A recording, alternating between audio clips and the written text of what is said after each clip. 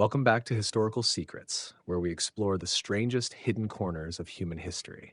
Tonight, I want to tell you about a group of people who changed the entire Middle Ages forever. Not through war or invention, but through mistakes so terrible that future generations had to declare them banned forever. That's right. Just one fool could make millions lose a joy, a habit, or even an entire tradition. Before we begin this surprising journey, if you love discovering the dark side of history, where true stories are stranger than fiction, make sure to subscribe and watch until the end, because I believe the final story on today's list will make you both laugh and shiver. Now then, turn off the lights, let the past whisper in the dark, and join me as we travel back to the Middle Ages, when one person could make the whole world pay the price.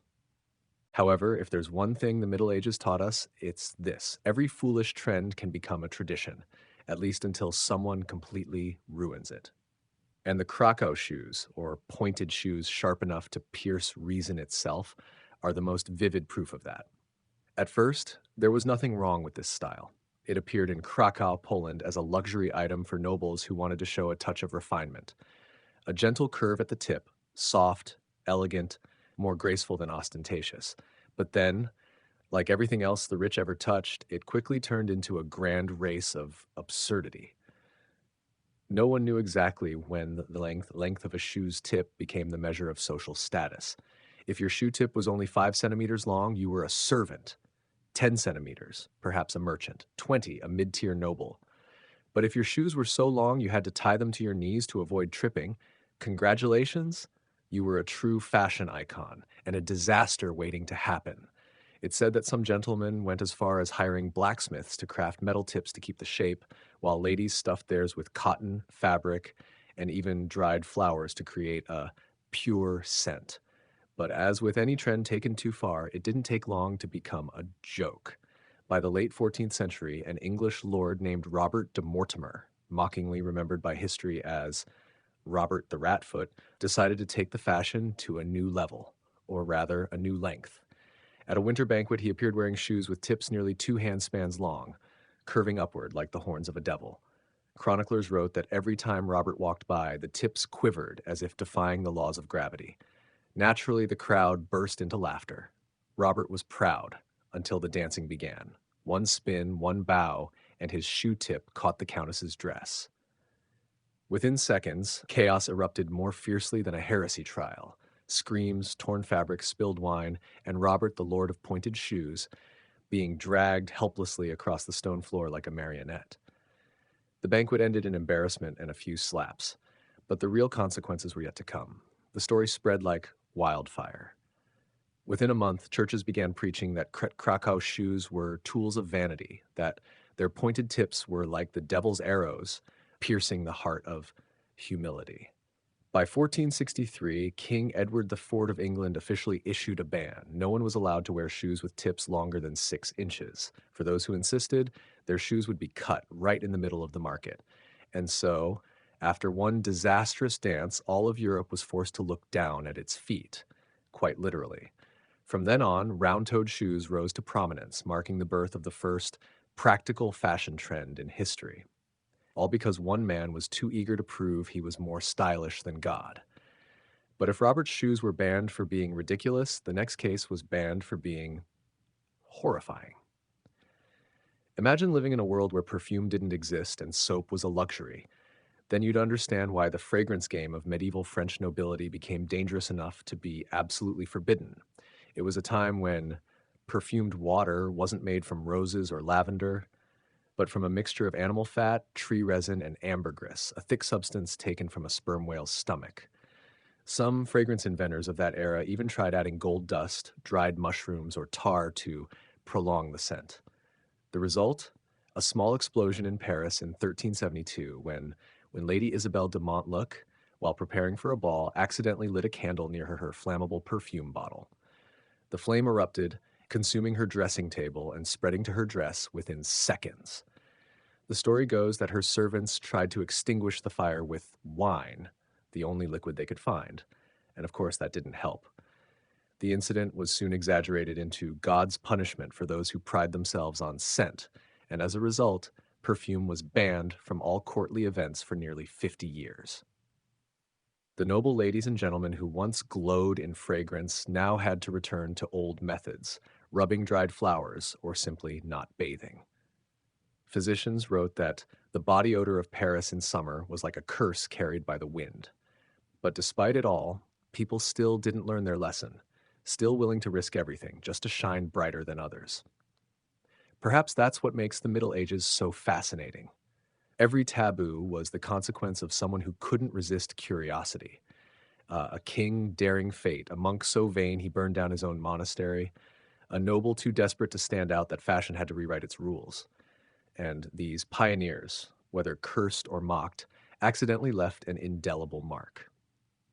So if today you come across some strange rule, like never light a candle near a mirror, don't wear pointed shoes to church, or don't let an owl attend a wedding, remember this.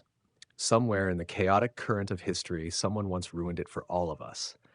And the next story, trust me, will make you believe that people in the Middle Ages weren't just foolish. They were more creative in destroying themselves than any other era in history. In the Middle Ages, people could forgive a war without reason, but never forgive someone for bathing the wrong way. When Lord Alaric of Burgundy appeared at the public bathhouse, it was no longer an act of cleansing. It was the declaration of a man with too much money and far too little dignity. He entered as if attending a coronation, draped in silk robes, holding a goblet of wine, and wearing the smile of someone about to destroy something everyone else loved. At first, everyone thought he simply wanted to show his generosity. Perhaps he would pay for everyone's bath or hand out free bread. But no, Alaric had another plan: to turn a place meant for washing away sins into a stage for committing them. Whispers spread through the steam-filled room. Who did he bring with him? Someone asked. Not his wife, another replied. And thus that peaceful evening quickly turned into what historians could only describe as utterly unnecessary. Musicians were summoned, wine was poured, and soon the public bathhouse of Burgundy looked more like a tavern than a place of purification. Steam rose along with suspicious laughter, and Alaric, with a goblet in hand, proudly declared he had redefined purity. The news spread faster than the plague. Priests panicked, the city council held an emergency meeting, and by the next morning, the sign reading public bath had been replaced with Burgundian hell. Within a week, the church issued a decree: communal bathing is the gateway to sin. They proclaimed that God could forgive many things except scrubbing in collective sin. Public bathhouses were shut down, and for years afterward, the scent of Europe officially returned to true medieval standards. People were forced to choose between two options: cleanliness and suspicion, or filth and piety. Alaric, as always, remained unaffected. He left Burgundy, leaving behind a legacy that could never be washed away, quite literally. But bathhouses weren't the only thing ruined by people with too much free time. In the north, where snow covered the ground year-round and pride was thicker than armor, a group of Norwegian nobles decided they needed a new sport, something dangerous, something that proved status.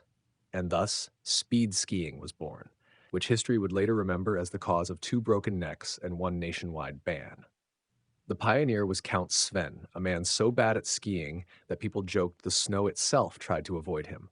Sven refused to merely stroll on hills. He wanted speed, spectators, and above all, to be remembered. On a fateful day, he declared he would ski down Mount Helmfjord, the steepest, slickest, and most infamous slope, known for having swallowed 3 goats and a priest the previous winter. Villagers gathered to watch. Drums beat, horns blared, and someone bet that if he survived, they'd rename the village Svenfjord. Standing atop the mountain, he strapped 2 wooden planks to his feet and shouted, "Glory awaits us." And indeed, glory awaited, right after the first curve, where he soared off the cliff like a foolish bird carrying the pride of mankind. Sven's body was found 3 days later, and still in a skiing pose, as if nature itself refused to acknowledge his mistake. When the king heard the story, he issued a decree: no one shall ski on Mount Helmfjord or anywhere equally idiotic. And thus, thanks to one nobleman who was either too brave or too drunk, Norway bid farewell to high-speed sports for nearly a century. Things banned in the Middle Ages often began as good ideas, or at least ideas that seemed good. In Italy, where art, wine, and scandal walked hand in hand, a painter named Giacomo di Lentini once devised a new way to attract clients. Instead of painting God, he painted himself. But not in a solemn pose. He painted himself as a saint. Giacomo confidently proclaimed divine inspiration must have a human face. Unfortunately, that face was his, with languid lips and an expression of smug self admiration. When the painting was hung in the chapel, people stopped praying. They laughed. Some said they were offended. Others said they were merely stunned because the saint's jaw looked too much like the wine cellar in the market. Within days, Giacomo was summoned before the church court. He tried to argue that art was the language of God, but the bishop coldly replied, "It seems God is having a one-sided conversation with you." The painting was burned, and a new decree was issued. Self-portraits in saintly attire were forbidden. From then on, European artists learned an important lesson: leave vanity to the nobles and focus on painting fruit. If you notice a recurring theme here, yes, the Middle Ages had an extraordinary talent for turning every small mistake into a grand prohibition. From pointed shoes to laughing during Mass, from communal baths to skiing, everything could become a moral threat. And behind each ban, there was always a person, a fool, a noble, or a failed genius who left their mark on history. And perhaps that was the true wonder of the Middle Ages, not the castles, not the knights, but humanity's endless ability to ruin every good thing it ever created. All right, imagine this. After all the disasters humanity has endured throughout history because one person refused to follow a simple instruction, we still haven't learned a thing.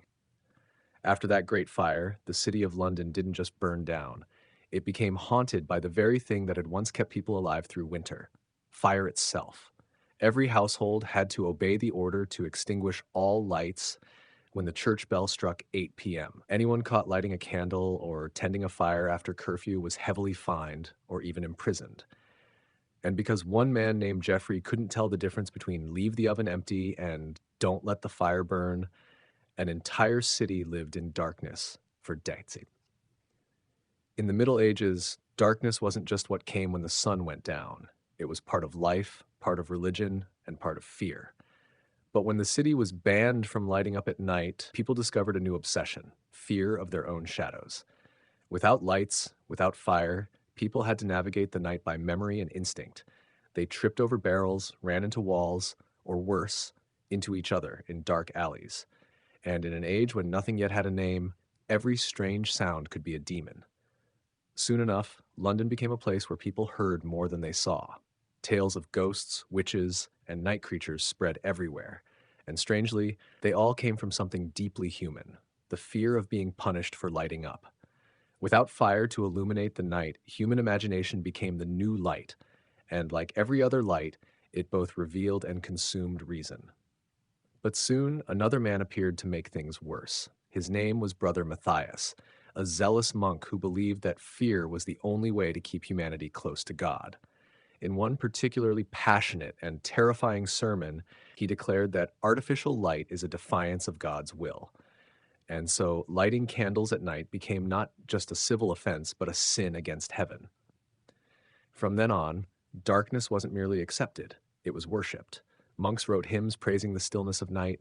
Children were taught that candlelight could attract wandering souls. And thus, the stupidity of one blacksmith became holy doctrine: never light a flame while God is asleep. But every era has its rebels. A group of merchants, tired of delivering goods in the dark, began secretly making underground lanterns, small lamps encased in iron boxes, letting out only a thin slit of light.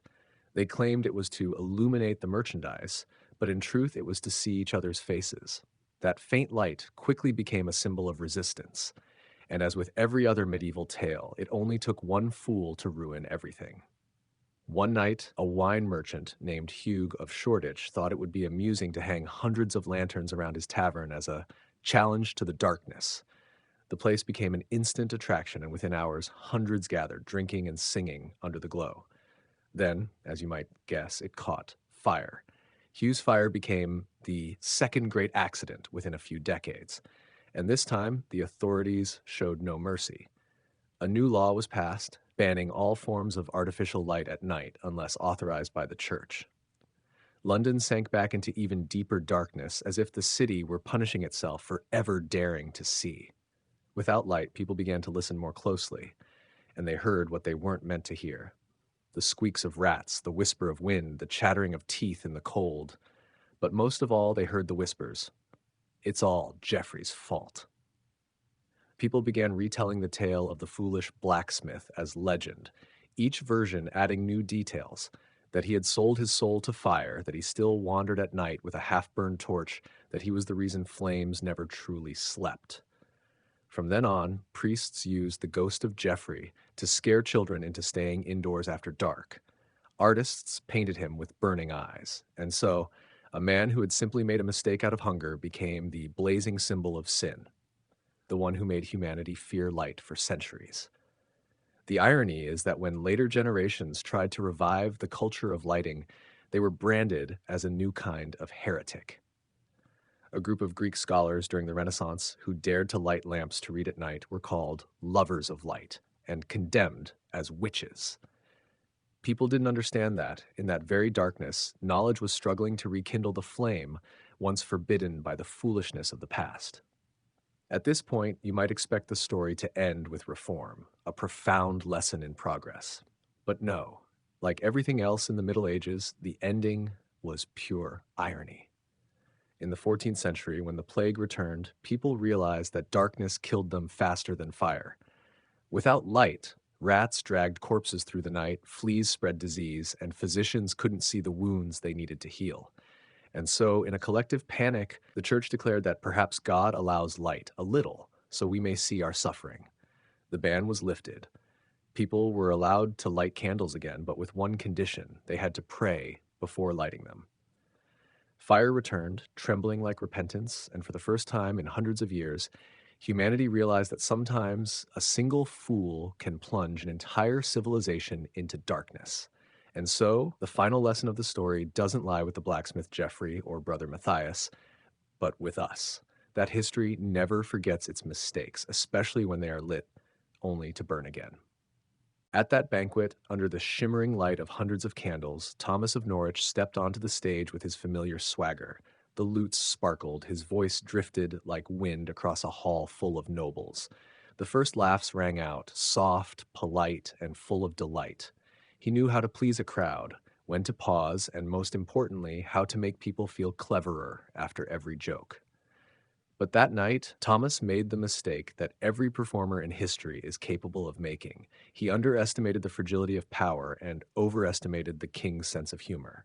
He began with light-hearted anecdotes about gluttonous monks and miserly merchants, and the hall burst into laughter. Then he moved on to an improvised song, a habit that usually brought him great success.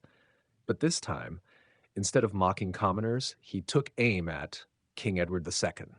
With a few clever, rhyming lines, Thomas poked fun at the king's excessive trust in his close companions, especially the young advisor Piers Gaveston, whom the nobility whispered had a too intimate relationship with Edward. The song lasted only a few beats, but when he reached the word Gaveston, the entire hall froze.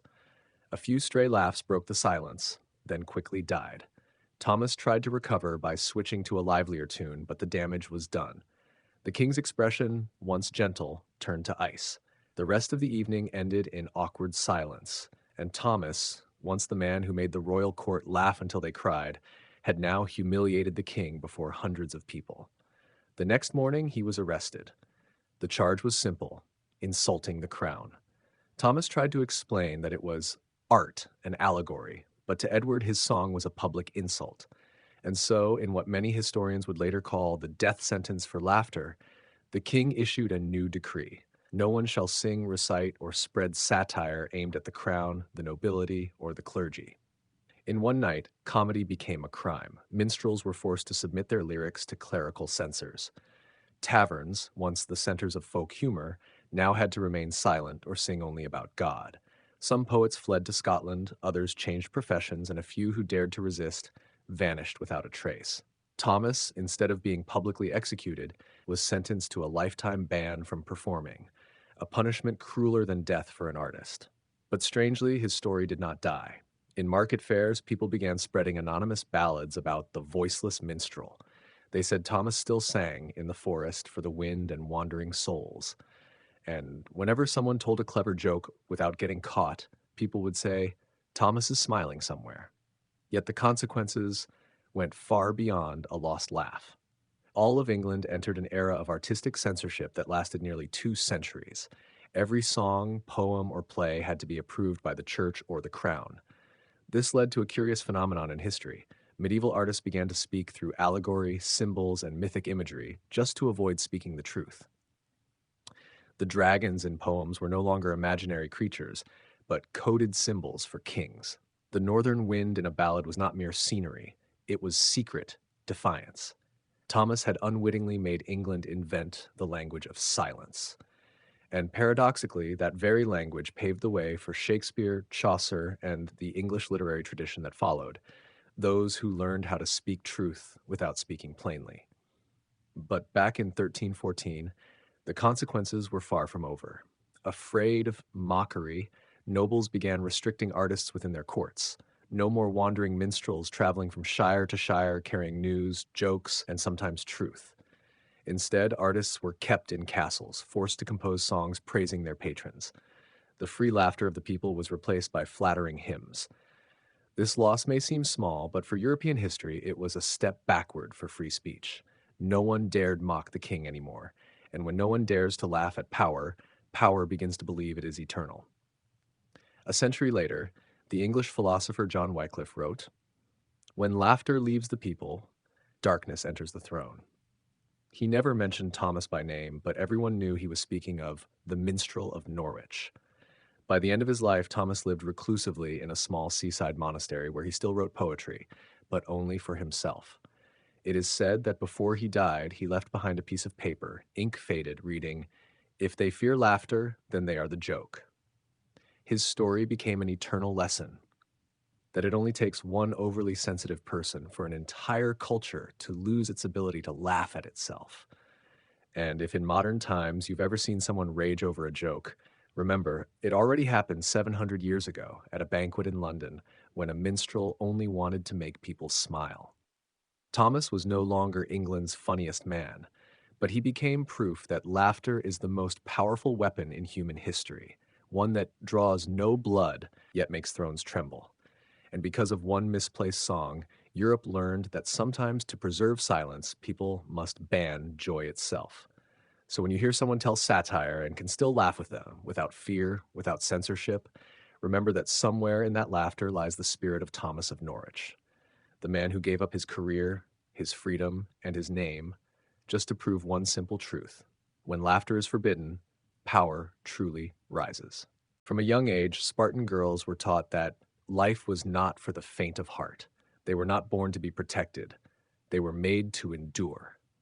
When Athenian girls were taught to play the lyre and weave, Spartan girls were taught to withstand wounds and loneliness.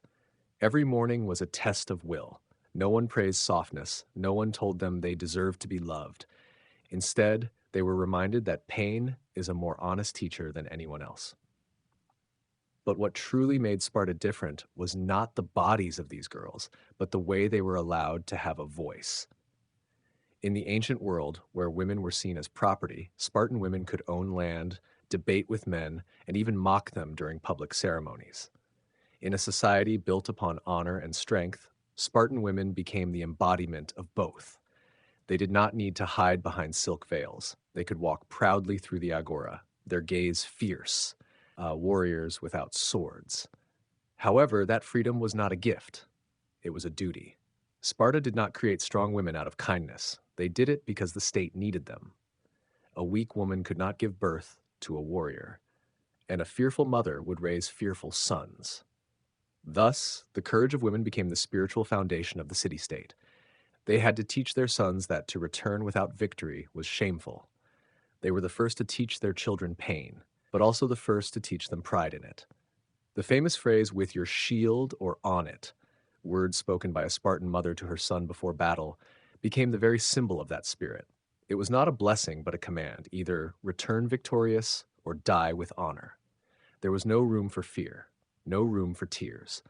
In such a world, motherhood was not gentle. It was as fierce as the battlefield itself. The Spartans believed that a city was only strong if its women were strong. Therefore, they were taught philosophy and music to train the mind. They sang songs of victory, encouraged men during festivals, and used their voices to nurture the nation's spirit.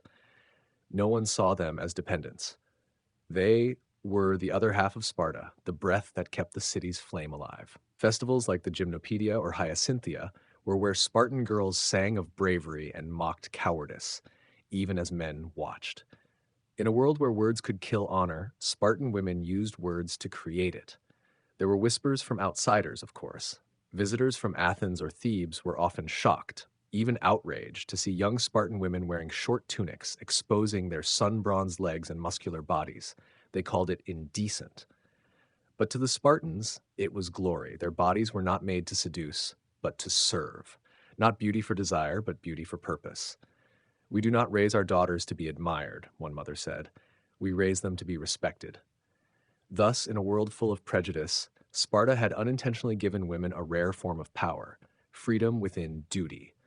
They were not free to dream or live as they pleased, but they were free to be strong, to speak, to act, things that women elsewhere would never dare imagine. And in that harshness, a new ideal was born, the woman who did not need saving because she was the one saving her nation. Imagine it. When their husbands or sons went off to war, they did not weep like the wives of Athens. They stood at the city gates, heads held high, and said to the soldiers, "Return with your shield, or on it." And if bad news came, they did not wear mourning veils, but held silent rituals. For them, death for Sparta was pride, not tragedy. The cruelty of this system might make us shudder today, yet it is hard not to admire it.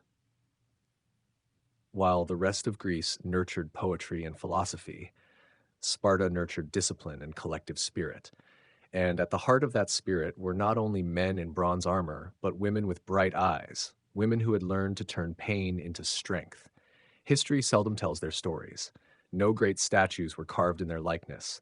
No epics were written about them. Yet if Sparta endured through generations, it was because of the women who stood behind it, silent but unyielding. For in the end, when every sword is broken and every spear has fallen, only one thing remains strong enough to give birth to the next generation: the will of a Spartan mother. Those girls, from the moment they could walk, learned that their bodies were oaths, and their lives proof of a nation's philosophy, that strength has no gender, only discipline.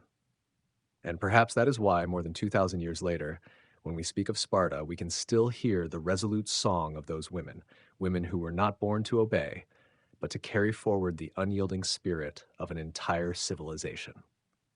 If the Spartan mother was the heart, then the Spartan wife was the backbone of the nation. The two roles merged into one, forming the solid foundation that allowed this city to endure for centuries. When men donned armor and marched off to battle to the sound of bronze trumpets, the women stayed behind to maintain order, tend the farms, manage the slaves, and ensure that the nation kept breathing even as its heroes fell. No weakness was allowed to seep into that rhythm of life. To Sparta, women were not the ones behind the front line. They were the front line, and they knew it well. A Spartan mother did not weep when her son went to war, nor did she wail when her husband did not return. Instead, she stood in the public square, head held high, and told other mothers, "Sparta still has my son." That statement was not meant as comfort, but as a sacred declaration. The individual does not matter. Only the city is eternal. Each life was but a small fragment of the great stone called Lacedaemon, and it was the woman who carved it with both body and spirit. That explains why, when their sons were defeated, it was often the mothers who spoke out in reproach. They did not wish to bear children who merely survived. They bore warriors who fought to their last breath. In Spartan homes, love and discipline were not separate. They were two sides of the same shield. Through that cold resolve, women sustained the unyielding faith upon which the entire military system was built.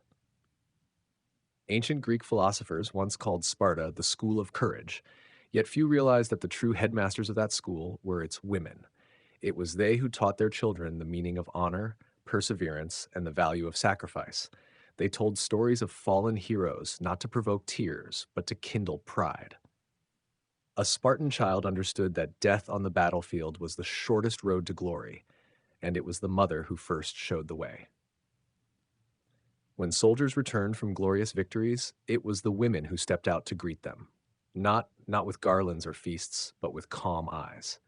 To them, victory was not a cause for joy. It was proof that what they had sown had finally borne fruit. But in defeat, these women were the first to condemn not the enemy, but the weakness within their own ranks. Nowhere else in the ancient world was honor guarded as fiercely as in Sparta, and women were its gatekeepers. For that reason, they possessed a power that women elsewhere could only dream of. While men fought, women controlled property, managed slaves, and made household decisions. The historian Aristotle once criticized that Spartan women rule over men, yet that remark only confirmed one truth. In a place where strength was worshipped above all, women had reached the pinnacle of power through their own hardness. However, that power did not stem from domination, but from service. Spartan women did not strive to surpass men. They stood beside them. In a society where everyone belonged to the state, they found freedom within duty and dignity within restraint. That was what made them different from all other civilizations of their time. They did not need to be liberated, for they had never been bound. Their presence also shaped Spartan culture and religion. In great festivals such as the Hyacintha or Carnea, women played leading roles, guiding dances and singing hymns to honor the gods of war. Their bodies, strong and balanced, were seen as symbols of harmony between mortals and the divine. When they danced, it was more than ritual. It was a declaration that beauty could take the shape of strength. The Spartans believed that strong mothers would give birth to strong souls. Thus, the respect granted to women here did not arise from pity, but from admiration.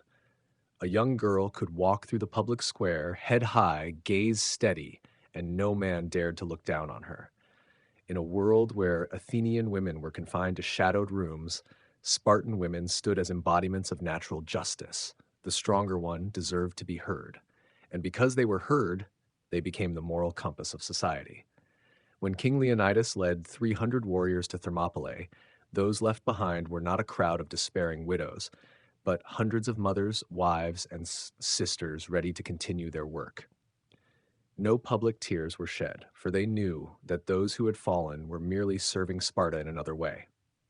When news of defeat reached the city, there was no panic. One woman stepped forward and uttered the famous words, "Sparta is not short of men, only of survivors." That sentence, echoing through millennia, remains a declaration of pride and the indomitable spirit of Spartan women, women who even their enemies could not help but respect. History often praises kings and warriors, but if one looks deeper, it becomes clear that it was the women who were the immortal soul of Sparta. They conquered not with swords and spears, but with resolve and loyalty. They needed no throne, for they already sat in the heart of the most formidable civilization of the ancient world. And as other city-states crumbled with time, their story endured. A testament that sometimes, to build a great empire, one needs no walls, only women who understand that true strength lies not in victory, but in the ability to stand firm when everything else falls apart. From the walls that now stand in ruins, one can still hear their echoes, the voices of Spartan women who nurtured warriors, kept the city's fire alive, and defied the norms that the ancient world imposed upon their gender. While Athenian philosophers lectured about the virtue of silence, Spartan women used their own voices to defend the honor of their homeland. But the deeper truth is this: they were not born to be symbols. They were the result of a severe philosophy of life, one in which every breath, every action, and even love itself had to serve the collective ideal. When we look back at Sparta, it is easy to be captivated by the image of muscular warriors, but it was the women who were the soul of that society. They did not wield spears, yet they upheld discipline through their voices, their gazes, and their spirit. They were not present on the battlefield, yet it was they who created the men willing to die there. Each Spartan mother was like a priestess in the ritual of loyalty, where pain was offered to the homeland as a sacred gift. Elsewhere, people built temples to gods of war. In Sparta, women themselves were living temples of the warrior spirit. What made Spartan women extraordinary was not merely power, but how they used it. Their power did not come from rebellion, but from absolute faith in order.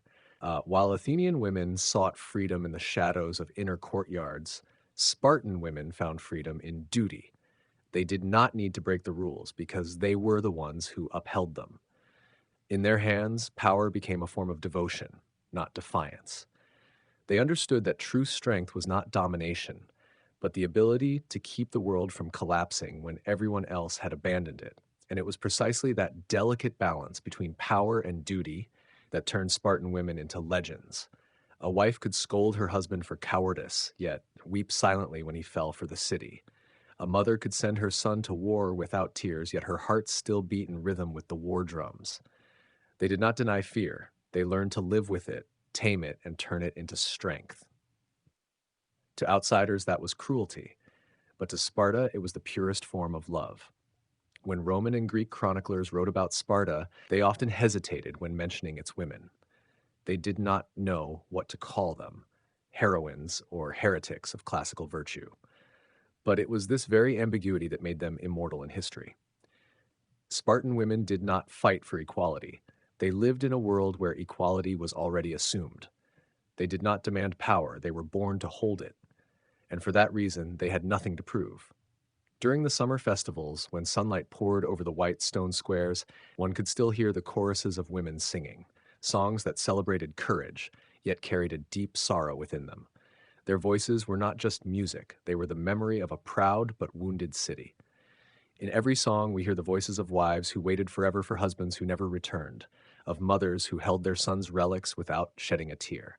Their singing was both prayer and oath, that Sparta might fall, but their spirit would never bow. Centuries later, as modern scholars looked back on Sparta, they discovered in it an almost perfect paradox. A society where harshness gave birth to beauty, and where women were strong not because they were allowed to be, but because they had no other choice. They proved that courage needs no weapons, and strength needs no authority. In Sparta, a glance, a word, or a moment of restraint could be worth more than 100 victories. Today, the image of the Spartan woman still endures as a reminder that true strength does not come from violence, but from the ability to control oneself amid adversity. In the modern world, where freedom is often mistaken for indulgence, the story of Spartan women stands as a stern reflection that true freedom is sometimes forged from discipline, and loyalty can be the highest expression of love. When we speak of the legacies of humanity, Sparta left behind no grand monuments or timeless works of art, but it left something far more precious: spirit. And that spirit, across thousands of years, still lives on in the memory of the women who turned courage into heritage. They are the proof that in history it is not crowns or weapons that create greatness, but the will that refuses to bow to fate. And perhaps if one listens closely, in the winds of a Greek summer night, one can still hear the voice of a Spartan mother whispering to her son before battle, "Return with your shield, or on it." Not a threat, but a blessing, for honor, for the homeland, and for the immortal legacy of the women who kept Sparta alive in the memory of humankind. However, what made the harem one of the most extraordinary phenomena in history did not lie in the silks or the power those women possessed, but in how they used it.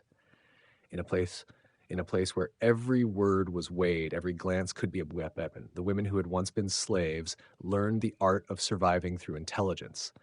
They could not march into battle like Spartan warriors, but they knew how to fight with words, with looks, with the ability to manipulate even the smallest desires within the human heart.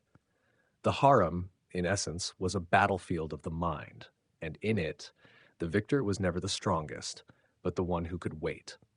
An odalisque might spend years learning how to bow at just the right angle before the sultan, or how to speak just enough to pique his curiosity without seeming defiant. Those tiny details in a world ruled by men were the keys to the doors of power. A single glance at the right moment could cause a general to lose his position. A sweet whisper to the right man could bring down an entire court. In the Ottoman records, there were times when just one smile from a favored concubine was enough to make ministers tremble. But to reach that position, they had to give up everything: their names, their homelands, their memories, and their identities. Within those gilded walls, no one was Georgian, Greek, or Ukrainian anymore. All that remained were new names, new selves, reborn to serve an empire. When an odorless Isk stepped through the gates of the harem, it was as if she crossed the threshold of a sacrificial ritual. She died with her past, only to be reborn into a world where everything had a price. Yet a few women turned that game into a weapon. They did not merely seek to be loved by the Sultan, they sought to be remembered by history. Among them stood figures like Hurrem Sultan, a Slavic girl captured into slavery, who rose to the pinnacle of power and completely reshaped the course of the Ottoman Empire. Hurrem was not only the first woman to be crowned queen in an empire that had once forbidden it, she was also the first to dare to use her influence to intervene in politics, in military strategy, and in royal decisions reserved only for men. In an age when a woman could be exiled for raising her head the wrong way, Hurrem wielded the pen to command the sword. She wrote letters to Western kings, negotiating, threatening, and sometimes seducing. No one knows exactly how many wars and treaties were decided by the soft lines she penned from within the harem, but Ottoman historians agree on one thing. Without her, the empire might have collapsed a century earlier. And that is what makes the harem so astonishing. It was not merely a prison for women, but a school of power. Here, girls learned that beauty was fleeting, but influence eternal. A woman could lose the Sultan's favor overnight, but if she knew how to keep the trust of others, eunuchs, officials, even rival concubines, she could outlast anyone. Ironically, within a system seemingly designed to control women, it was women who ended up controlling it. The servants and odalisques, over centuries, wove secret alliances stronger than any army. In every letter, every gift, every song sung to the Sultan, there were hidden political messages, secret agreements between factions. On certain nights, in the dim glow of 1,000 oil lamps, plots that would change the future of the empire were whispered between women once regarded as mere ornaments. From one perspective, the harem was no different from Sparta, except that their weapons were words and allure. Just as Spartan women were taught to be strong and independent, the women of the harem were taught how to survive in a world where loyalty was never certain. Their resilience did not lie in wielding swords, but in the ability to smile, even when they knew every gesture was being watched. And that is why, though many called them slaves, history remembers them as the ones who ruled the empire from the shadows. They had no thrones, yet their every decision could shake one. Their names may not appear in official chronicles, but their stories live on, in epic poems, in elegant calligraphy, and in the cold walls of Topkapi itself. Because if Sparta proved that a nation could be sustained by the strength of its women, the harem proved that an entire empire could be ruled by them. The silk curtains and golden lights of the palace could conceal their identities, but not their intelligence. Each woman there, though she began as an odalisque, carried within her the potential to shape history, if only she was clever enough to see opportunity in the face of her oppressor. In the end, the harem of the Ottoman Empire was not merely a place where heirs were born, but where legends were made. The women who were stripped of everything, their homelands, their names, their freedom, became the ones who wrote one of the most seductive and blood-stained chapters of human history. In the darkness, they did not fade away. They learned to shine, a gentle light, but one strong enough to illuminate the throne itself. After the time of Hurrem Sultan, the woman who turned love into an empire of her own, the Ottoman court entered a period historians call the Sultanate of Women. It was a time when every decision of the vast empire, from wars in Persia to treaties with Venice, was determined not in the Council of Viziers, but in the perfumed chambers of the harem. The women who had once been brought to the palace as tributes had now become strategists, political architects, those who had learned to rule from behind the velvet curtain. Hurrem Sultan had paved the way, but her successors, Nurbanu, Kosem, and Turhan Sultan, turned that path into an empire within an empire. In their hands, the harem was no longer merely a sanctuary for secret passions, but a complex machinery of power. At its center, the Valid Sultan, the Sultan's mother, held absolute authority. She was not only the nurturer of princes, she was the one who decided who would wear the crown. The power of a mother in that world was more fearsome than 10,000 soldiers. The Valid Sultans had learned what the men of the court never understood. Power did not require swords, but silence, patience, and an unforgetting memory. They preserved the secrets of successive kings, adjusted relations among princes, and managed a network of spies that stretched across Constantinople. In many cases, a single frown or a delicately embroidered letter sent through the hands of eunuchs was enough to depose a vizier or make a foreign envoy tremble. Their world was an art of balance, between love and fear, between grace and punishment. Kösem Sultan, one of the most famous among them, was the perfect embodiment of that balance. She entered the palace as an unknown Greek girl, but through intelligence, determination, and an understanding of human nature, she became the most powerful woman of the 17th century. Under her influence, two successive sultans ascended the throne, each under her shadow. Venetian envoys described Kösem as the specter that haunts the empire, gentle yet terrifying. Kösem knew better than anyone that a sultan's love could be stolen, but the loyalty of eunuchs and concubines had to be earned with wisdom. She granted favors, arranged marriages, and at times ordered the poisoning of those who threatened her son's future. Her enemies called it a crime. History calls it necessity. For in a world where men ruled through war, women could only survive through intrigue. When Kösem was murdered, strangled beneath a velvet curtain by the very hands that had once knelt to kiss hers, it was said that the palace fell silent for 3 days. Not merely because a Valid Sultan had died, but because the only person who knew how to make an empire run without bloodshed was gone. Afterward, power fell into the hands of Turhan Sultan, Kösem's daughter-in-law. She was no longer the naive girl from the Ukrainian steppe. Turhan had learned that to survive in the harem, one needed not just beauty, but ruthless intelligence. Under her reign, the Topkapi Palace became a school of power. The new odalisques were trained not only in singing and dancing, but also in diplomacy, politics, and even military strategy. Turhan Sultan became the first woman to directly oversee the Ottoman navy, an unprecedented act. She funded campaigns, built mosques and schools, and even commissioned a second Galata Tower, a symbol of female strength in a male-dominated world. Her influence stretched across the empire, from the Black Sea to Egypt, forcing European envoys to admit no sultan reigns without the consent of the woman in the harem. But such power always came at a price.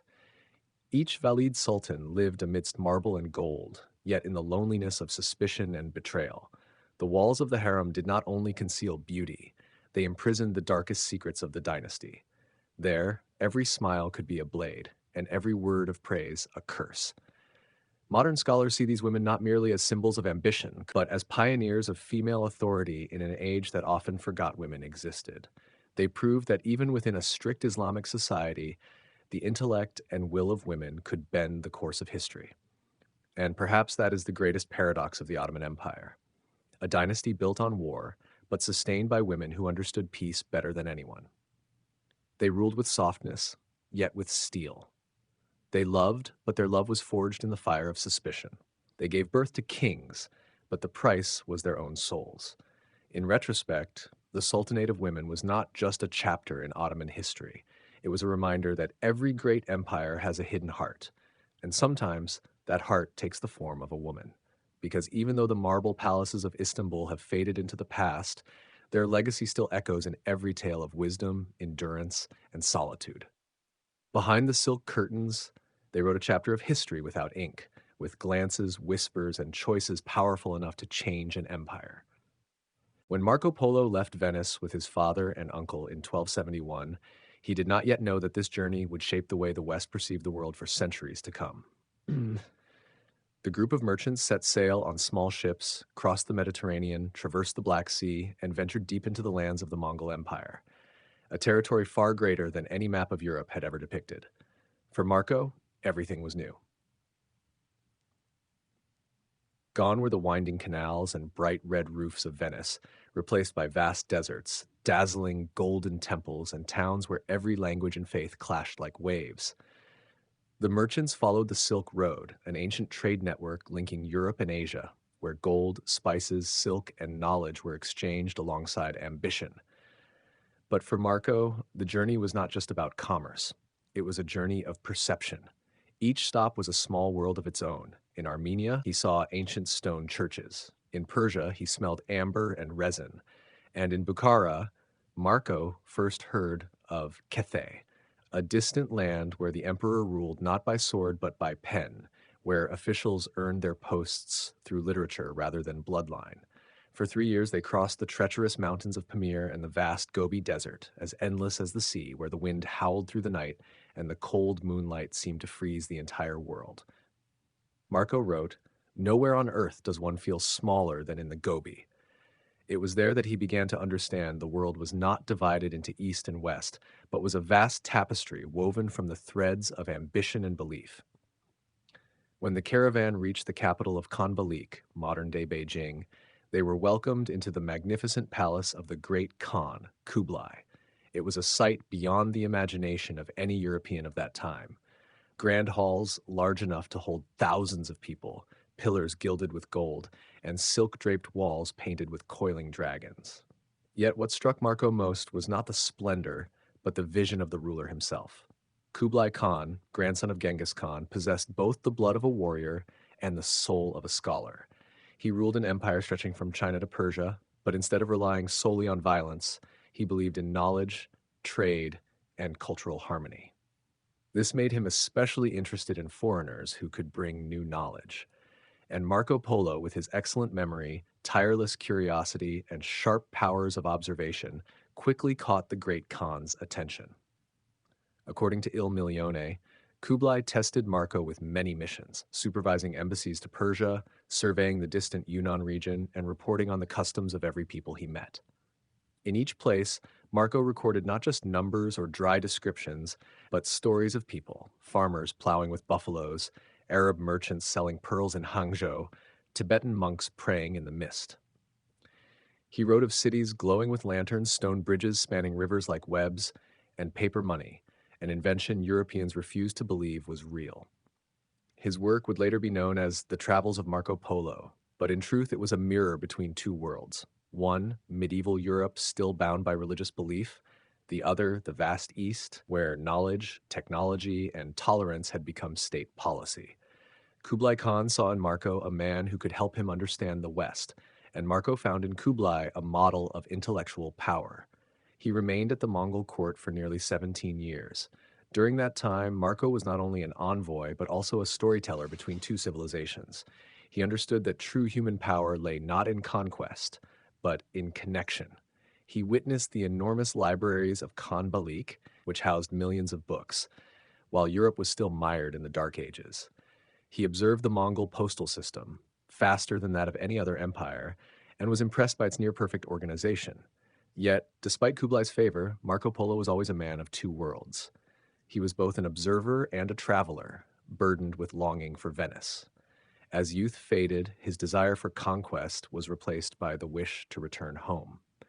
Finally, in 1295, after a journey lasting nearly 24 years, he returned to Venice, no longer a young merchant, but the storyteller of a world Europe had never known.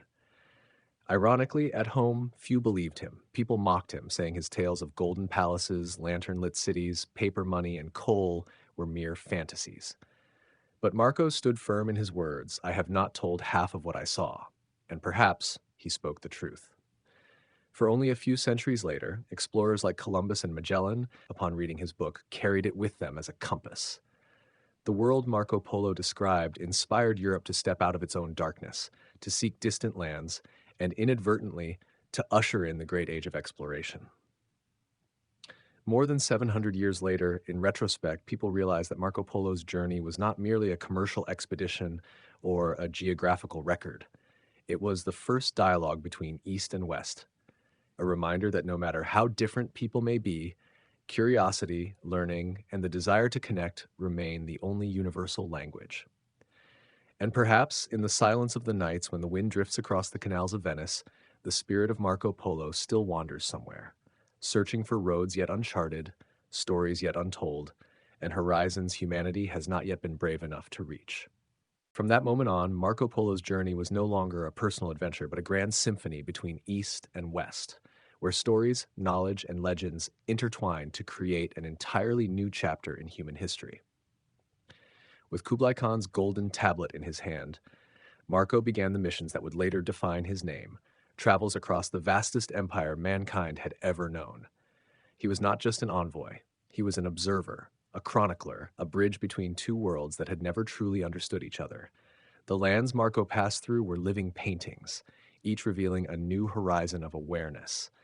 In the north, he reached Karakorum, the former capital of the Mongols, now only ruins swept by the wind. There, Marco described bustling markets where merchants from every corner gathered, trading goods in gold, silk, and trust. The Persians brought incense, the Chinese sold silk and paper, and the Russians exchanged precious furs. Marco realized that here, in the heart of the nomadic world, people had created a global trade network long before Europe even conceived the idea of a world economy. He recorded everything with the precision of a scholar and the wonder of a child. Among his notes were details that made readers of the Middle Ages call him a liar, such as the fact that the Chinese used black stones to heat water, something unknown in Europe at the time, coal, or that Easterners used paper money instead of gold and silver, a concept that made Venice's nobles laugh. But for Marco, it was the evident truth of a civilization far ahead of the West in organization, technology, and vision. Along the way, he witnessed the astonishing diversity of lands under Kublai Khan's rule. In Yunnan, he wrote about jewelers who could craft ornaments so exquisite that their light made the sun jealous. In Ceylon, he described an island overflowing with the scent of cinnamon and pearls, where divers plunged into the ocean's darkness just to bring up a single gem that could feed their family for a year. He spoke of India with the awe of a man stepping into a dream. Golden temples, elephants adorned with splendid jewelry, and kings seated on thrones made of jade. But perhaps what fascinated him most was not the splendor, but the intellect of the people he met. He wrote of Buddhist monks who could recite thousands of sutras by heart, of Persian mathematicians charting the stars with near perfect accuracy, and of Chinese physicians using herbs to cure illnesses that Europe still called God's curse. Marco gradually understood that the world did not consist only of Rome or Venice, and that truth could be written in many languages. At the Mongol court, Marco Polo was not only a storyteller, but also a learner. He observed how Kublai Khan ruled an empire spanning dozens of peoples and hundreds of languages, yet maintained order. The emperor believed in the power of knowledge. Under his reign, trade was protected, science was encouraged, and art was celebrated. Marco witnessed the creation of enormous suspension bridges, sophisticated irrigation systems, and a bureaucracy chosen by merit rather than birth. To the Venetian traveler, it was a world both foreign and admirable. However, life within the splendid palace was not without its shadows. Marco witnessed internal conflicts among princes, ceremonial executions, and silent intrigues within the court. Sometimes, a single wrong word could make a courtier disappear forever. It was there that he learned the greatest lesson of his life, that power is a double-edged sword, and wisdom only holds value when placed in the hands of those who can restrain it. In the years that followed, Marco continued on even farther missions, to the southwest of China, into Burma, and even to the coasts of Southeast Asia. He saw colossal ships 10 times larger than those of Venice, bustling port cities filled with goods from around the world, and cultures blending Buddhism, Islam, and Confucianism into a single rhythm of life. To Europeans of that era, the things he described seemed like fairy tales, but to Marco, they were reality. A reality he had lived, breathed, and loved. 24 years passed. When he finally returned to Venice, Marco Polo was no longer the 17-year-old who had left home. He came back with sun-darkened hair, seasoned eyes, and an entire world within his mind. Captured by the Genoese during a war, he recounted his journey to a fellow prisoner, the writer Rustichello da Pisa. From those stories came Il Milione, or The Travels of Marco Polo. And through those pages, Europe for the first time glimpsed a world far larger than its maps, where Eastern civilizations did not merely exist, but flourished brilliantly. They called Marco the greatest storyteller in the world, though many remained skeptical. Yet, over time, the things he had described, from coal and paper money to the magnificent cities of China, were proven true. Marco Polo's legacy did not lie in how far he traveled, but in how he made humanity look back at itself. He taught Europe that the world did not end at the Mediterranean, that curiosity is the greatest power humankind can possess.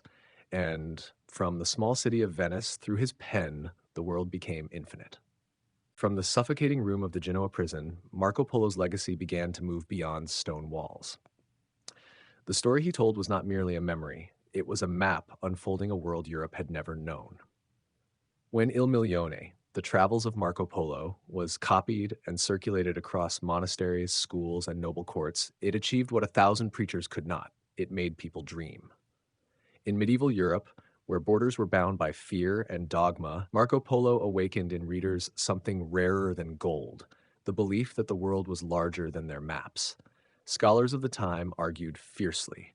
Some said Marco was nothing more than an exaggerating storyteller, a man who wove fantasies about golden cities, money made of paper, or stones that could burn. But the merchants of Genoa, Venice, and Florence, those who truly cared about money, goods, and trade routes, looked at the book differently. For them, Il Milione was not just an adventure tale, but the first commercial guidebook opening a vision of connection between East and West.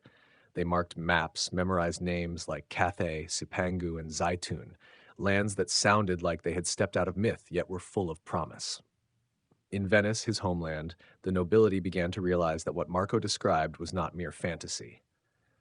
From China, coal truly appeared in ports. From Persia and India, merchants spoke of the Silk Road, the very route Marco had traveled, as a bustling artery of trade.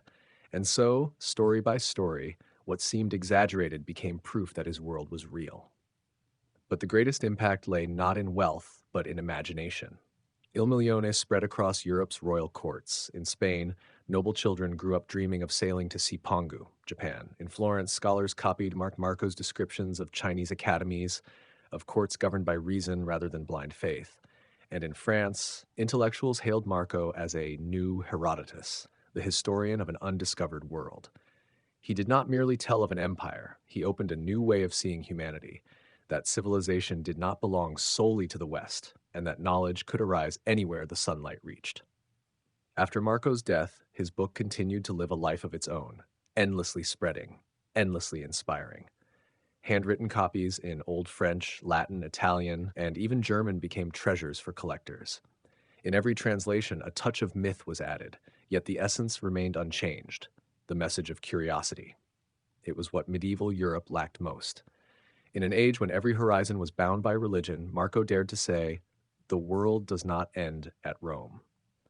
200 years later, at a small port in Portugal, a man named Christopher Columbus opened a worn-out book, The Travels of Marco Polo.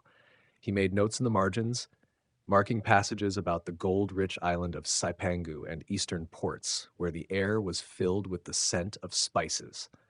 Columbus believed that if he sailed west, he could reach those lands. And when he set sail in 1492, amid the cold winds of the Atlantic, the spirit of Marco Polo was with him, like an invisible compass guiding humankind out of the darkness of the Middle Ages toward the age of exploration. Marco's work did not only change the minds of sailors, it also shook the perceptions of courts and scholars. As descriptions of Kublai Khan's court spread, European rulers began to wonder, if a distant empire can unite millions through bureaucracy and trade, why can't we? The respect for knowledge, the harmony among religions, and the spirit of innovation that Marco described planted the seeds for ideas that would blossom during the Renaissance. Centuries later, when explorers like Magellan, Vasco da Gama, or Ibn Battuta set out, they all carried something of Marco within them, the fearless spirit of discovery. But above all, Marco Polo changed how humanity understood borders. Before him, the world was divided into lands of God and lands of the heathen. After him, people began to see the world as a vast tapestry woven from thousands of threads of cultures, religions, and languages, all connected by trade routes and human intellect. That was Marco Polo's true legacy. Not wealth, not fame, but the expansion of the mind. He taught Europe to ask questions instead of merely believing sermons. He made them realize that wonders did not exist only in the Bible, but could be found in life itself, if one was brave enough to go far. Near the end of his life, when asked if he regretted exaggerating his tales, Marco simply smiled and said, "I have not told half of what I saw." It was not just a defense, it was a declaration. For what he had seen was not only cities and palaces, but the power of humanity when it dares to step beyond limits. Today, whenever we look at a world map with its air routes, shipping lines, and the internet connecting billions, we are living in the very vision Marco Polo sparked over 700 years ago. A world no longer divided by fear, but united by knowledge and curiosity. Marco Polo is gone, but his story lives on, not in museums or libraries, but in every person who dares to ask, what lies beyond the horizon? And perhaps that is why, among the millions of human stories, his journey remains one of the greatest testaments to an immortal truth. The world only becomes small when we stop exploring.